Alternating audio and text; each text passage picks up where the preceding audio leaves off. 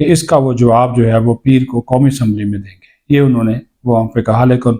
صحافیوں کے سوال کے جواب میں اس کا کھل کر انہوں نے جواب نہیں دیا۔ لیکن اسپیکر کے قریبی ذرائع یہ کہہ رہے ہیں، وہ اس بات کی تصدیق کر رہے ہیں کہ میاں نواز شریف نے محمود خان اچکزئی کو اپوزیشن لیڈر بنانے کے لیے اسپیکر قومی اسمبلی سردار ریاض صادق کو کسی قسم کا کوئی حکم جو ہے وہ جاری نہیں کیا، کوئی ہدایت نامہ جاری نہیں کیا،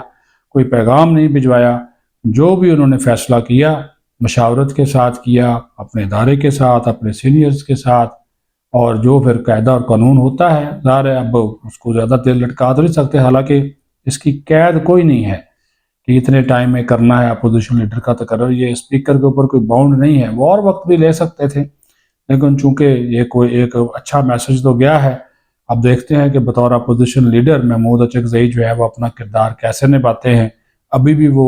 8 فروری والا شٹر ڈاؤن ہڑتال کی طرف ہی جاتے ہیں، یا پارلیمان کے اندر رہ کر پارلیمان کی مضبوطی اور مذاکرات کے لیے کردار ادا کرتے ہیں، یا پھر وہی احتجاجی سیاست اسٹریٹ موومنٹ کا حصہ بنتے ہیں۔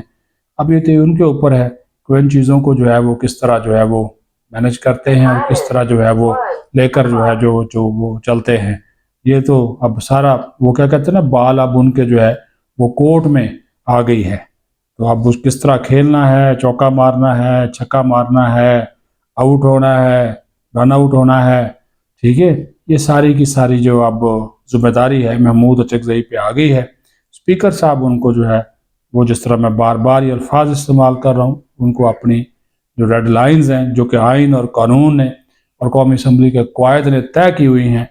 وہ انہوں نے ان کو بتا دی ہیں کہ جیسے ہی وہ یہ عبور کرنے کی کوشش کریں گے تو پھر ان کا جو ہے وہ بات کرنے کا استحقاق جو ہے وہ ختم ہو جائے گا۔ اپنا خیال رکھیں۔ پاکستان زندہ باد۔